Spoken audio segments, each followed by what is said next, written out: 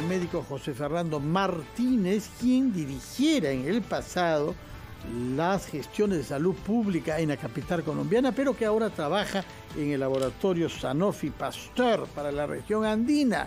Y lo que queremos preguntarle, él, en su experiencia pública y privada y su mirada internacional, si nos diga que si la COVID ha perjudicado el tratamiento y la cura de muchas otras enfermedades, comenzando precisamente por las que también requerían de vacunaciones. Muy buenos días, doctor Martínez. Muy buenos días para toda la audiencia. Muchísimas gracias por la invitación, Fernando. Sí, para nosotros a nivel global, la vacunación y las enfermedades inmunoprevenibles se vieron afectadas de manera importante por la pandemia. Unos elementos para indicarlo es cómo en nuestra región de América Latina teníamos por encima del 90% antes del 2019, habíamos tenido un estancamiento en nuestras coberturas de vacunación que han llegado al 86% en promedio y que hoy se encuentran por debajo del 82% en los países en promedio de nuestra región.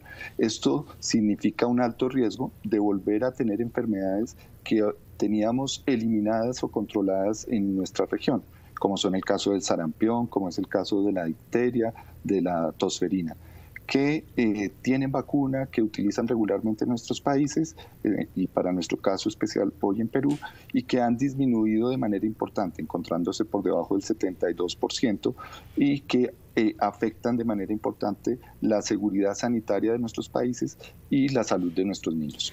Doctor Martínez, muy buenos días, le saluda Mónica Delta. Entonces, el universo más afectado en una circunstancia como esta es el universo de los niños, porque básicamente esas vacunas están dirigidas a este grupo humano, ¿no? De acuerdo. Es muy importante considerar que la primera etapa de nuestra vida contemplamos un gran número de vacunas que protegen contra estas enfermedades. Sin embargo, la afectación es para toda la población, porque igual existen dentro de nuestros esquemas de vacunación para el adulto mayor, que también se ha visto afectada de manera aún más importante, y igualmente se ha visto afectadas vacunas en las gestantes y en los adolescentes, como es el caso del VPH. Yo quisiera darles un dato que me parece que es importante para ver el impacto que estas decisiones tienen. Un estudio que hizo en el 2019 en la Universidad de Harvard muestra que, por ejemplo, la vacunación con sarampión impacta o recupera en nuestros gobiernos y nuestras autoridades $76 por cada dólar invertido. Estamos hablando de una sola vacuna en los países de medianos ingresos y de bajos ingresos, de un estudio que se realizó en el 2019. Esto significa que si nosotros perdemos esa cobertura de vacunación, podríamos estar afectando de manera importante los logros que hemos alcanzado de coberturas y de disminución de enfermedad en nuestros países. El año pasado, en el 2020, tuvimos 4 casos de difteria, por ejemplo, en Perú, de los cuales uno falleció. Enfermedad que no deberíamos tener porque contamos con una vacuna para ello. Entonces, son estos elementos los que hacen un llamado, y felicito el foro convocado por el Congreso y por el congresista Saavedra, en el que precisamente convoca a referentes internacionales, locales, del sector privado y público, para que de manera conjunta se integren acciones que promuevan el mejoramiento de las coberturas de vacunación, la innovación considerando nuevas tecnologías. Como vemos hoy, el COVID nos puso un reto de estar evaluando e investigando sobre nuevas vacunas y tener las mejores vacunas disponibles para proteger las enfermedades con las que hoy existen vacunas para prevenirlas. Doctor Martínez, quería consultarle sobre la afectación que hay en esta etapa de pandemia, la que ha habido, ¿no?, y persiste en el caso de tratamientos de pacientes con cáncer. ¿En qué medida han aumentado en la región las defunciones? ¿Cuál es el nivel de atenciones que han disminuido, de tratamientos interrumpidos, ¿no?, y que generan obviamente una gravedad en esta enfermedad?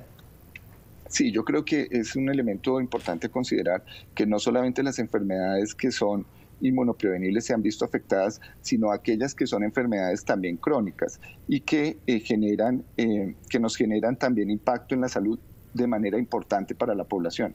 Y como menciona Carlos, el tema de cáncer fue algo bastante importante. Para este caso se disminuye, se generó un aumento de defunciones hasta del 33%. Eso es un elemento que es muy importante porque son enfermedades que generan unos altos costos para el sistema de salud, una carga muy alta para el sistema de salud, pero lo más importante es la pérdida de vidas humanas que pueden ser prevenidas si son atendidas a tiempo. La pandemia llevó a que por el temor a los servicios, a ser atendidos en los servicios de salud y el riesgo que existía de COVID, se generara una disminución en estas asistencias, pero también se disminuyó la capacidad de los equipos de los equipos de salud frente a las necesidades de otras enfermedades, al estar ocupados en poder atender el gran número de pacientes que existían en la pandemia. Y también por el acceso a los medicamentos. Entonces, estos elementos generan que el riesgo de que enfermedades que hoy estaban siendo controladas o tratadas, como es el cáncer o incluso también las enfermedades raras, se vieran afectadas de manera importante, teniendo una gran afectación social, donde nosotros desde los diferentes sectores debemos tener un compromiso con toda nuestra sociedad para ser atendidos adecuadamente. Naturalmente, sí. Ahora, nos ha dicho que ha habido un caso de difteria en el Perú, pero podría, por lo que usted dice, producirse también casos de polio y de sarampión, es decir, de enfermedades que nosotros creíamos erradicadas y contra las cuales habíamos hecho campañas de vacunación muy exitosas. Estamos ante una urgencia porque no queremos que enfermedades que ya hemos superado vuelvan. Explíquenos qué es lo que se debe hacer, cómo se debe diseñar una política de gestión pública de estas enfermedades, priorizando la lucha contra el COVID, pero sin descuidar el riesgo de que otras enfermedades de ese tipo reaparezcan. Sí, muchas gracias. Yo creo que sí es muy importante, Fernando, poder considerar el acompañamiento a las políticas públicas y de las autoridades y a fortalecer la gestión del programa de vacunación. Por ejemplo, acaban de salir unos lineamientos de vacunación por parte del Ministerio de Salud que buscan disminuir ese retraso que se ha podido dar en el esquema regular de vacunación. Y allí convocar a todos los profesionales de la salud, a la comunidad en general y al sector privado a hacer el llamado para que sea atendido esa vacunación.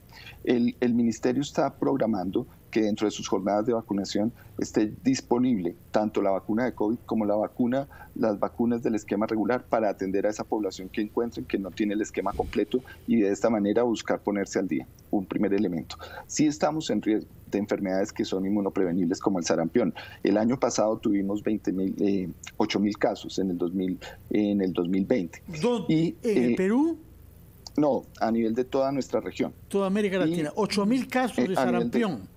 Sí, pero aquí tenemos un riesgo que es muy importante y es la alta movilidad que tenemos por la migración y el desplazamiento que se tiene a nivel de toda nuestra región actualmente y con personas que no vienen con esquemas completos de vacunación, poniendo en riesgo a esta población migrante y a la población que es receptora de la población al aumentar el número de personas susceptibles de tener una infección por unas enfermedades para las cuales existen vacunas.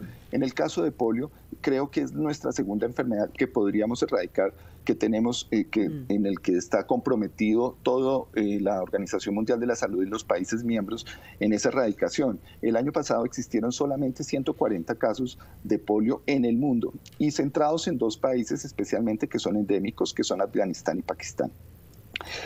Pero la migración y estos eventos de bajas coberturas pueden poner en riesgo a nuestra población mundial y por supuesto a nosotros en la región que hemos sido ejemplo y donde esta enfermedad está eliminada hace más de 30 años. Más de 30 años, allí, francamente sería un retroceso terrible.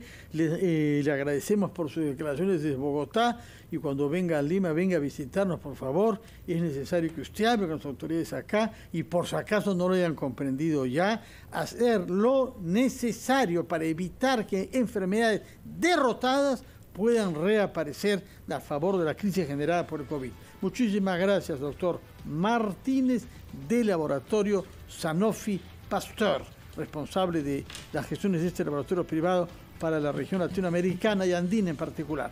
Muy buenos días.